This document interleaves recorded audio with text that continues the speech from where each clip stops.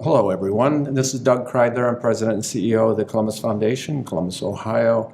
I'm so happy, so pleased to help give this additional forum to really one of the great critical and enlightened thinkers in the world today, Henry Timms, who, aside from writing an extraordinary book, co-writing an extraordinary book called New Power, is also the leader of 92nd Street Y, one of the world's most sort of thoughtful, dynamic, continuing education and exploration organizations, and co-founder of Giving Tuesday, which is a remarkable now global phenomenon that celebrates the commonality of humanity through generosity and giving, which is the Tuesday after Cyber Monday, after Thanksgiving. So welcome, Henry. It's very good to be here. So I wanted to just start with, for the listeners, a sense of really what the central premise of your book, New Power, is.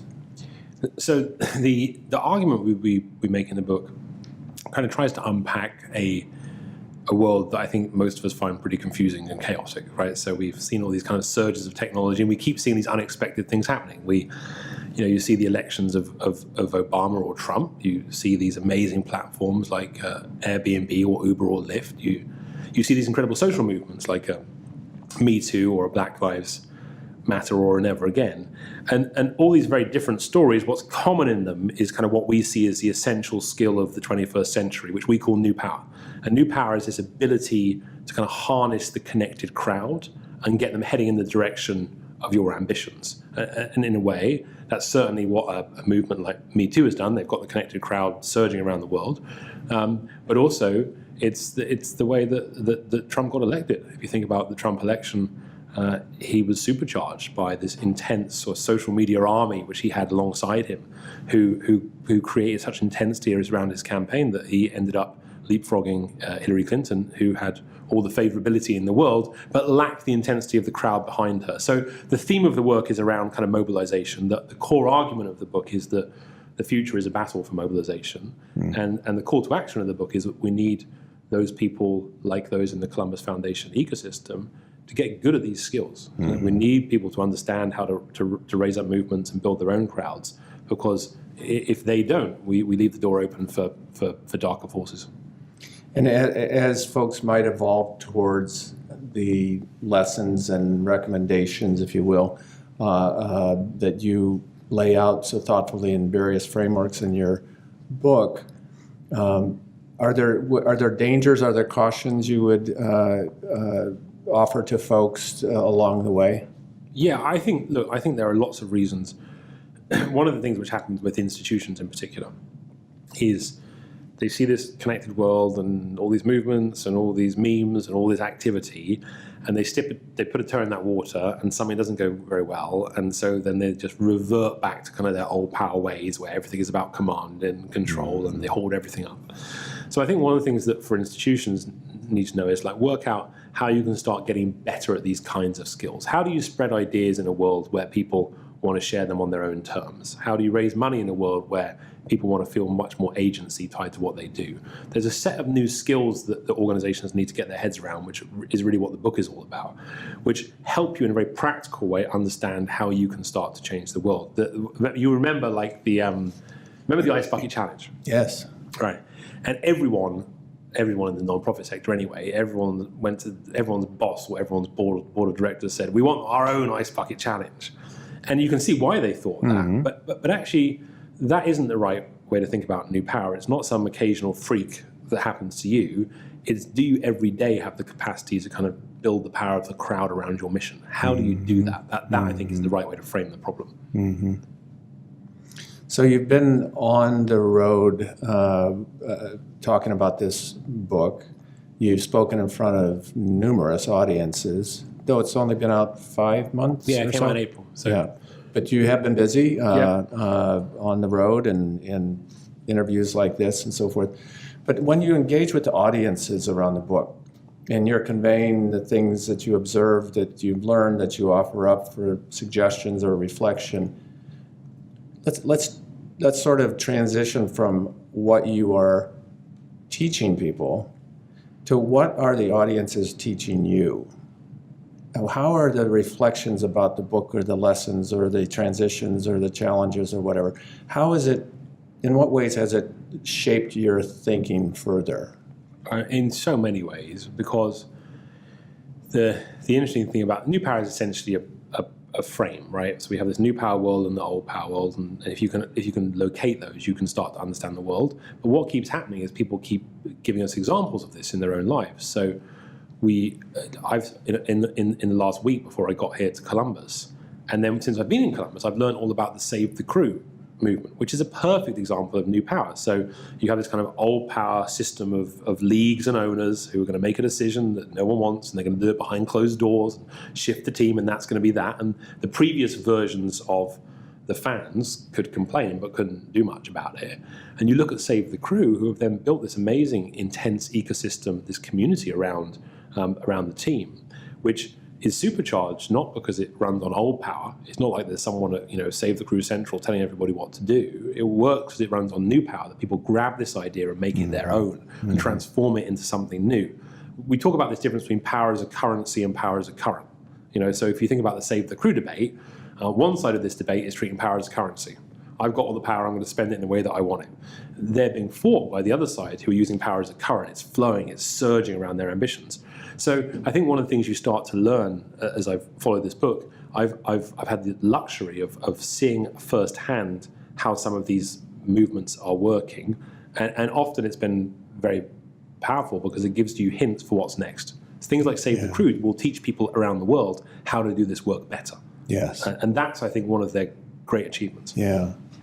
Yeah, I observed one of the founders, if you will, of Save the Crew, I think it was the day after their initial rally at City Hall, that I felt that not only was it extraordinary what they were undertaking and animating in our community and the way they were doing it, but it was in that way that they were to proceed, that they will be showing ourselves as a community, as well as the world, but ourselves as a community, of how Columbus rallies.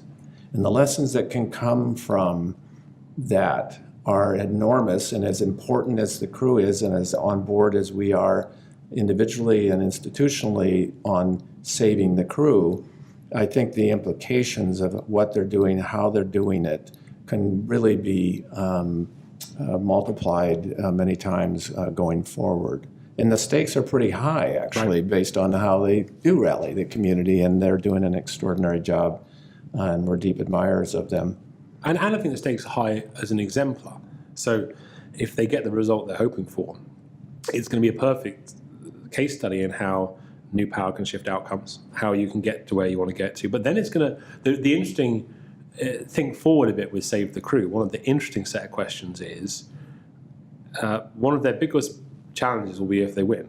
Mm-hmm. So let's say they win, the stadium stays and the team stays, or gets bought by somebody else, or some version of that story. Let's say, too, there's a 3-month bounce, which there would be because everyone will be excited about the team.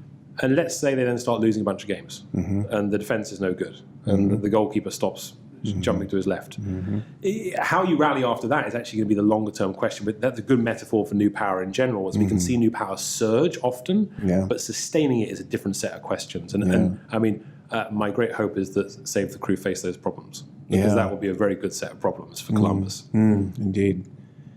So really, in that interaction of taking this idea, taking the book's contents and ideas out to the public, I gather that you're seeing it right before your very eyes. Through that engagement, you're seeing it evolve and regenerate, sort of in ever-changing ways right before your eyes as you engage in the communication about it. 100%.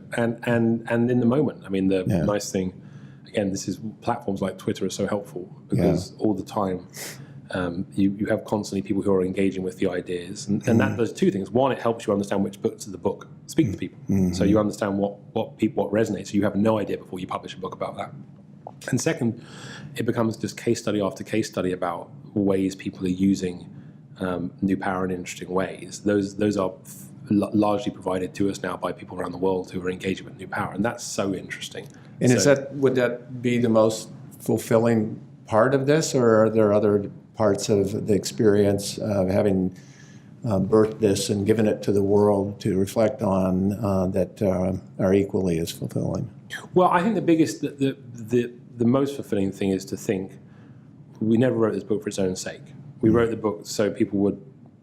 I'm a practitioner. I run a big organization. My colleague Jeremy Hymans is like he runs a consultancy who works on movements and has built a lot of very successful social movements.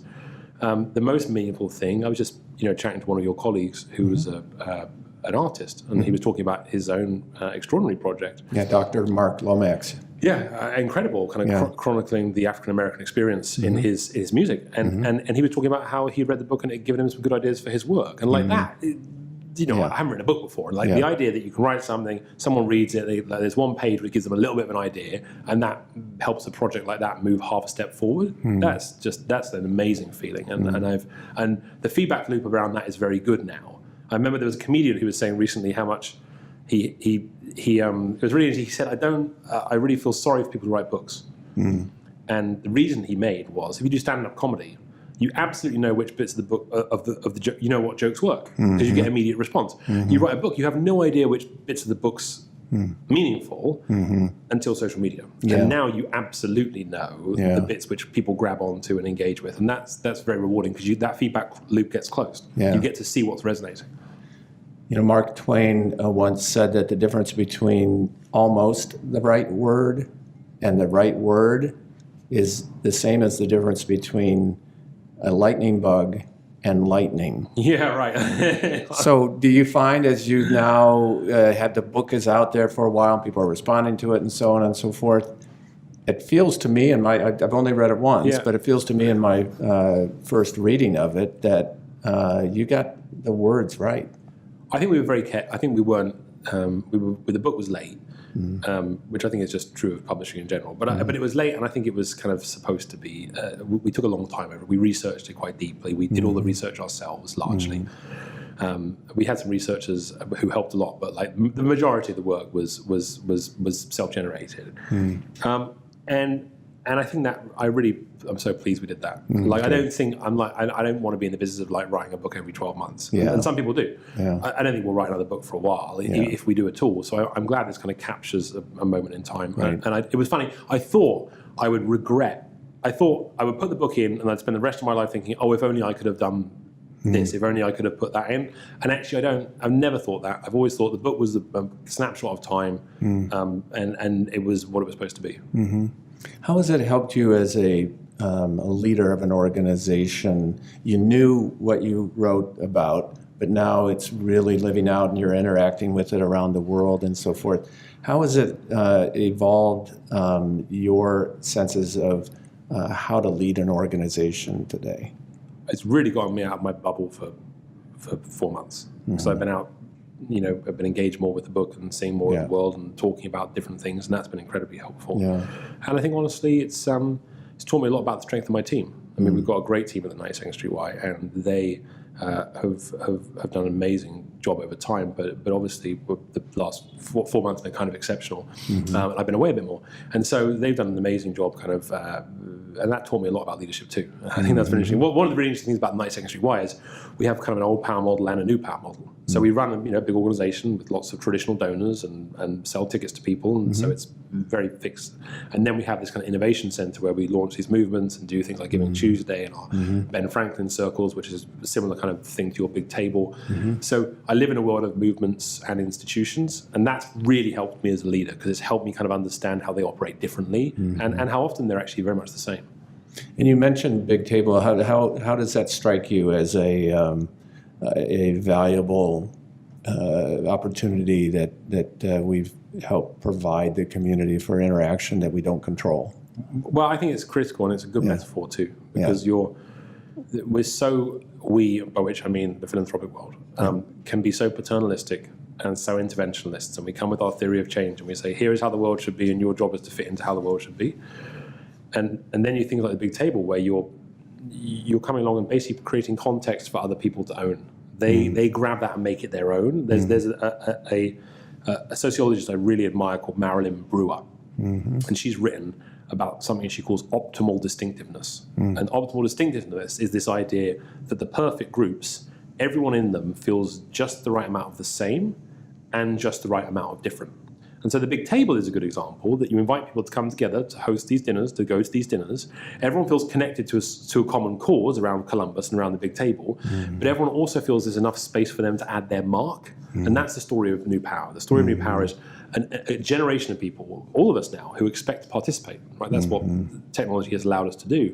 Organizations like the Columbus Foundation, the reason that things like the big table are so successful is you've left enough space for people to feel like they stand out. They're not part of a franchise. Right. And that, I think, is a key insight. Yes, yeah. So Giving Tuesday, what are your, first of all, just to help listeners get a sense of it, how far has it spread, and what is your hope, not only that hill of the incremental next phase, but the second hill? Where do you hope that this leads ultimately? Well, I heard a good description of Giving Tuesday here in Columbus, and of course we were inspired by the Big Give when we began Giving Tuesday, and someone described Giving Tuesday as the big give global. Yeah, so yes, right, great. I thought it was right on, fair enough too. Thank you. So we were really inspired by that. Look, Giving Tuesday was always designed. It was never designed as a fundraiser. I mean, obviously we knew that people would raise some money, but that wasn't the goal when we began.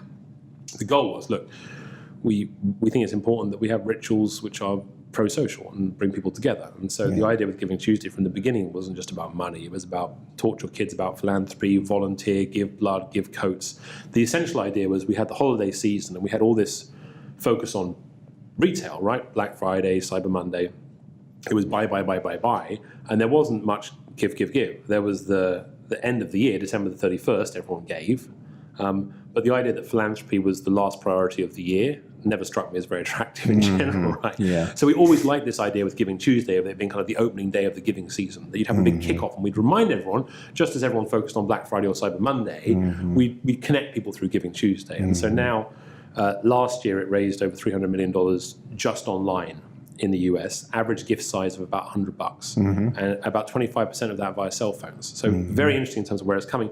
We can't count the amount of money offline, but I think it's multiples of that. Yeah. And then more meaningfully, it's spread around the world. So Giving Tuesday had events in hundreds of cities in Russia. There were events last year. There were 4.5 people who said they took part in the UK. It's big in Tanzania. It's a whole week in Singapore. In India, they've moved the date. So in India, it's on Gandhi's birthday on October the 2nd. So, it's become this, my great hope with Giving Tuesday, I think, is that in a world where everything seems to pull us apart, right? We're all being pushed back into our corners. We have to reaffirm some human things that we share, right? Yeah. And no matter how different we are, everyone, red state, blue state, whatever hemisphere you're from, whatever political background you have, whatever upbringing you have, one of our core human capacities is our ability to give to one another. And we have to reaffirm these things. So if Giving Tuesday can play a supporting role in reaffirming the kind of the generosity of all of us, I think that would be terrific. Yeah. Yeah, I mentioned at our annual meetings today and last night something I heard recently about how important it is to not let our worries crowd out our glories. And you've had a hand in a number of those glories. 92nd Street Y is certainly a highly, wonderfully respected organization of learning and inspiration and creativity. The co-founding of Giving Tuesday is certainly a global glory, and now the gift of this book, which they say that I heard it said on Being, Krista Tippett's program, recently that there is a moral beauty that is manifested when people perform acts of generosity. And I think that, there's a through line in what you've not only done, but the reasons and the rationale why you've done them that feels to me like it holds and manifests a lot of moral beauty. So thank you so much for your gifts of this conversation today and your gifts to the world of these various dimensions we can all learn from, be inspired from, and act from. And welcome to Columbus. Come back soon. As soon as I can. I've had a very good time here. I was very happy. I had spent last 6 months. I've been kind of in and out, and I actually had a couple of days here, and it's been terrific to meet some of the people and just see the amazing things which are happening here. It's really very inspiring. Well, I hope you felt the warm embrace from everyone you've engaged with. 100%. Thank you. Thank you.